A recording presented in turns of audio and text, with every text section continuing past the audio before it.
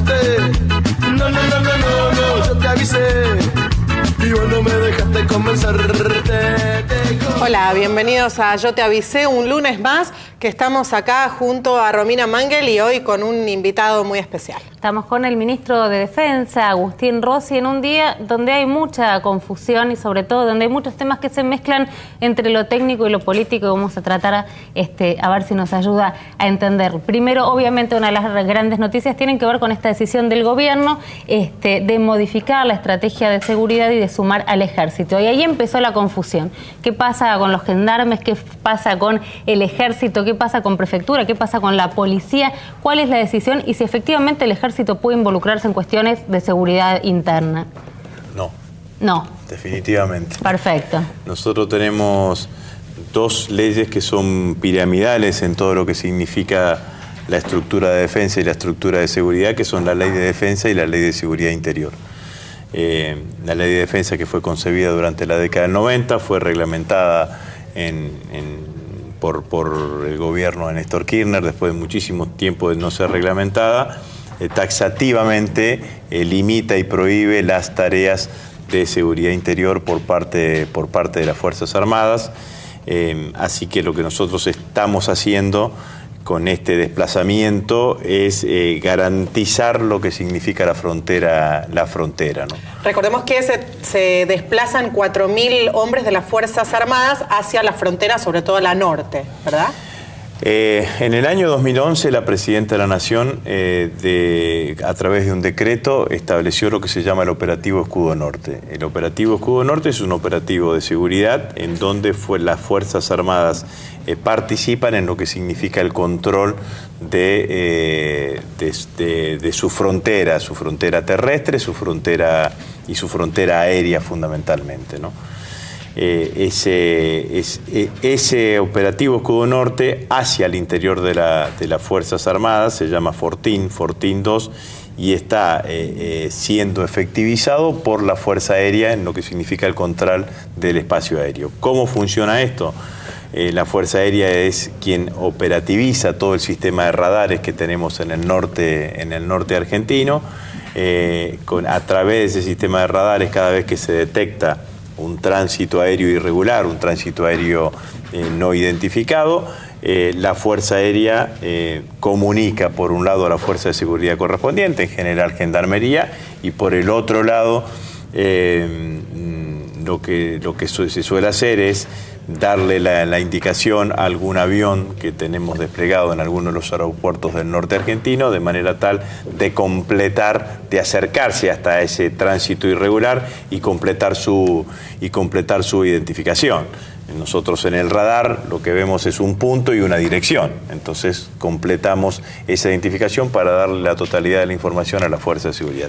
Esto que hacemos en el aire lo vamos a hacer en la tierra, digamos, ¿no? Entonces vamos a patrullar, vamos a ejercer todas las tareas de vigilancia y de control de la frontera. Cuando vemos una situación irregular, lo que hacemos es comunicar a la Fuerza de Seguridad, fundamentalmente a Gendarmería, que sea la que actúe y que lleve adelante. Ahora, esto se prestó la confusión porque se da en el marco donde se informa, digamos, paralelamente el operativo Centinela junto con Claro. que están haciendo en las fronteras, pero claramente hay una decisión del gobierno de cambiar la agenda en materia de seguridad, o por lo menos ponerla sobre la mesa, discutirla y establecer una estrategia, como en este caso poner más gendarmes en la calle. Quería preguntarle, como hombre político que claramente es y como uno de los armadores indiscutidos del kirchnerismo, si cree que esto responde a una estrategia más general y uno puede observar lo que pasó en Ganancias, cuestiones por ahí más anecdóticas como funcionarios del gobierno en TN, o cree que es una situación que se puede analizar desde el punto de vista particular y que no responde a una estrategia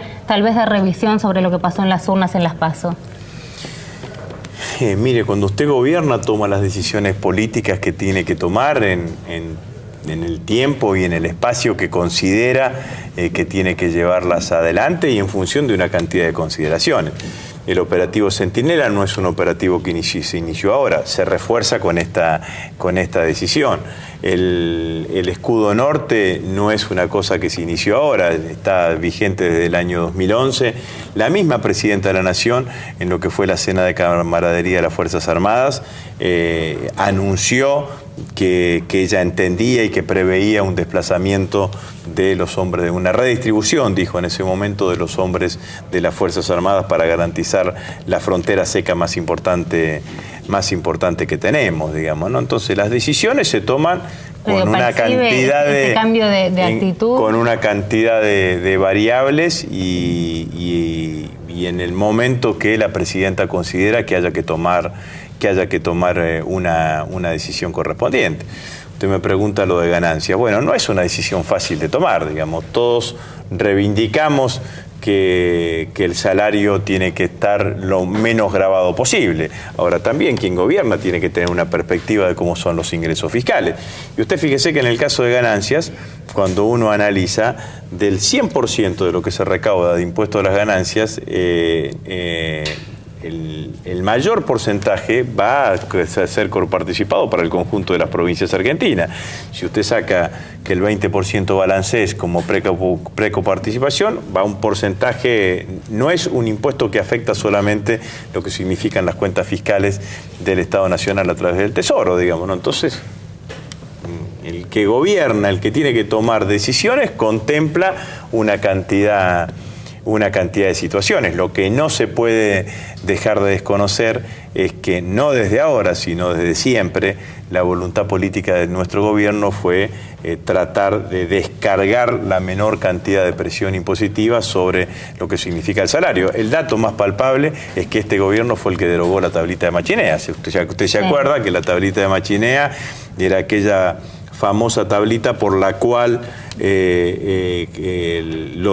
cada vez que la alicuota era mayor en la medida que iban aumentando los ingresos, con lo cual claramente había una distorsión absoluta. Usted sabe perfectamente, digamos, que lo que le estoy preguntando tiene que ver con la crítica de la oposición, que trata o manifiesta, creo abiertamente, que esto es una medida tendiente a recuperar los votos o quienes le dieron la espalda en las PASO, tendiente a capitalizarlo en octubre y no una decisión profunda de un cambio de rumbo a largo plazo. A mí me parece que la oposición tendría que estar contenta y festejar lo que es una decisión que beneficia a una cantidad de argentinos. Entonces me parece que la política tiene un límite, que es el límite de la mezquindad. Yo veo que pareciese que algunos hubiesen deseado que la presidenta de la Nación no tomase estas decisiones, aunque la no toma de esas decisiones estaría perjudicando a una cantidad de argentinos, más de 1 millón de argentinos que son los beneficiados por esta decisión. Entonces me parece que la oposición lo que tendría que hacer es lo que no ha hecho nunca durante todo este tiempo, digamos, ¿no? Reconocer que cuando hay decisiones correctas del gobierno, tomar la sana actitud de reconocer que es una buena decisión y no entrar a preguntar cuáles son las subjetividades o cuáles son los motivos subjetivos que llevaron a tomar una decisión de esta característica. Lo concreto es que la presidenta de la Nación tomó una decisión de aumentar el mínimo no imponible de ganancias superior a la que pedía cualquier dirigente opositor, y esa es una buena noticia y es recibido mayoritariamente bien por el conjunto de los argentinos. Si eso después determina el voto o no determina el voto, será otra cuestión, digamos, ¿no? Entonces me parece que lo que sí yo critico fuertemente, esta actitud de la oposición de decir, lo pedíamos, ahora como lo hicieron no me gusta, o como lo hicieron quiero que se actualice cada 6 meses, y después lo actualizamos cada 6 meses, van a pedir que lo actualicemos cada 3 meses, digamos, ¿no? Entonces es como que te corren permanentemente, intentan correr permanentemente el escenario, y no me parece que eso sea lo que tenga que hacer. Ahora, ayúdame con lo siguiente, creo que es el mejor interlocutor que podemos tener para esta pregunta. Esto de que el kirchnerismo terminó, que ya le dieron el certificado de función, lo escuchó en el 2009. Insisto, creo que usted fue, digamos, quien articuló la resurrección. El escenario era distinto, hoy no está Néstor Kirchner, no hay reelección y quedan 2 años de gobierno. ¿Cómo analiza el escenario cuando, insisto, ¿no? Debe haber escuchado como mucho ya la primera vez que dieron por muerto este movimiento? Esta casi sería la segunda. Sí, la primera vez fue el 2008. Sí. Fue después del no positivo, sí, que nos daban fecha de vencimiento. Fue después de las elecciones del 2009, y yo me acuerdo en esa época en el Parlamento decían claramente eso, digamos, ¿no? Que éramos un espacio político que tenía fecha de vencimiento, digamos, ¿no? Así que y ahora se repite. Me parece que es una historia que es una historia que se repite. Mire, nosotros somos un espacio político que hemos gobernado este país y que estamos gobernando este país de hace 10 años. El 25 de mayo se generó un hecho político inédito en la Argentina, que un gobierno cumpla 10 años, un espacio político cumpla 10 años en la gestión y que pueda festejarlo de la manera que nosotros lo festejamos, digamos, ¿no? Y ese festejo tiene que ver fundamentalmente con las realizaciones. Ningún espacio político que haya generado 5 millones de puestos de trabajo, 200.000 nuevas empresas, que tenga el plan de vivienda más potente que ha tenido la Argentina desde aquellos planes de viviendas con el banco hipotecario que se realizaron durante el primer peronismo, como el plan Procrear, que haya generado la movilidad jubilatoria, que haya estatizado Aerolíneas Argentinas, estatizado el sistema de jubilaciones, el sistema de jubilaciones y pensiones, que tenga una política tan fuerte como ha tenido en política de derechos humanos, que haya cambiado el paradigma sobre el cual se haya construido esta sociedad, tiene fecha de vencimiento. Nos podrá ir mejor o peor en unas elecciones, digamos, ¿no? Alguna vez, yo me acuerdo que posterior a las elecciones del 2009, Horacio González decía: no es una derrota, es un infortunio, digamos, ¿no? Porque en realidad tampoco es que un espacio político tenga que en todas las elecciones ganar con el 54% de los votos como si fuese una cuestión mecánica. Sería muy fácil así. La política no es eso, pero la verdad es que creer que con todo el volumen de realizaciones que tuvo este gobierno, eso tenga fecha de vencimiento. Mire, me acuerdo de una anécdota que me contó una señora en la localidad de Esperanza, la provincia de Santa Fe, que es lo que me pasa, no ahora, a fin del año pasado, que es lo que me pasa muchísimas veces cuando voy al interior o cuando recorro. Lo que más recibo es: dele saludos a la presidenta, dele un abrazo a la presidenta, dígale a la presidenta que se cuide. Entonces esta señora me contaba esta anécdota. Me dice: mire, en ese momento yo era diputado, mire diputado, dice, yo estoy viviendo en la casa que se pudo hacer mi padre con los créditos hipotecarios de la época en que Perón era presidente. Mi padre se hizo esa casa, en esa casa yo nací, mi padre falleció, mis padres fallecieron y yo estoy viviendo en esa casa. Y hoy mi hijo puede hacerse su casa con el plan Procrear. Eso no tiene fin de ciclo ni tiene fecha de vencimiento. Eso es una construcción cultural que queda de generación tras generación. Entonces, los que se plantean que el kirchnerismo tiene fecha de vencimiento van a chocar la cabeza contra la pared sin ninguna duda. No, lo llevo un poco a su gestión. Hace 3 meses, exactamente mañana se cumplen 3 meses de su asunción como ministro de Defensa. Gracias por recordarme el cumpleaños, espero que alguien me regale algo. ¿Con qué se encontró? ¿Con qué Fuerzas Armadas se encontró? ¿Cuál es la relación que mantiene en este momento el gobierno con las Fuerzas Armadas? Yo me encontré con un Ministerio de Defensa después de 2 excelentes gestiones, tanto de Garré como de Puricelli, que hicieron un trabajo enorme, que fue modificar la lógica del Ministerio de Defensa, fundamentalmente en los primeros años de gestión de Garré, que fue instalar claramente la conducción civil de la defensa en la Argentina. Era muy clásico que los ministros de defensa en la Argentina fuesen casi el representante de la corporación militar, por decirlo de alguna manera, ante el presidente de la nación. Y esa lógica se transformó durante todos los años de gestión de Garré y de Puricelli, que se crearon dentro del Ministerio de Defensa una serie de resoluciones, de doctrina y además una serie de instrumentos jurídicos y de burocracia en el buen sentido que permita conducir las Fuerzas Armadas desde el Poder Civil. Y eso me permitió claramente iniciar mi tarea con eso claramente resuelto. Cuando yo asumí la presidenta, me indicó una serie de acciones, ¿no? Digamos, ¿no? Una de ellas fue que nosotros teníamos que plantearle claramente a las Fuerzas Armadas el desafío de que se incorporen a la construcción de un proyecto de nación, que no tiene nada que ver con que se incorporen al kirchnerismo, ni nada por el estilo. Pero nosotros no queremos Fuerzas Armadas ubicadas en un margen, de la construcción de la sociedad, ni tampoco Fuerzas Armadas que sean espectadoras.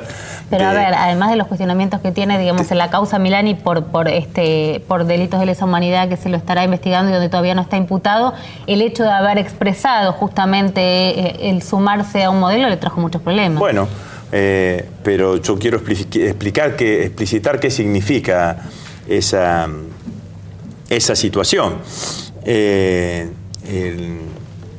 Lo que nosotros estamos planteando es que un país que se considere el horizonte de un país en el futuro tiene que ser un horizonte en donde las Fuerzas Armadas participen de la construcción de ese proyecto de nación.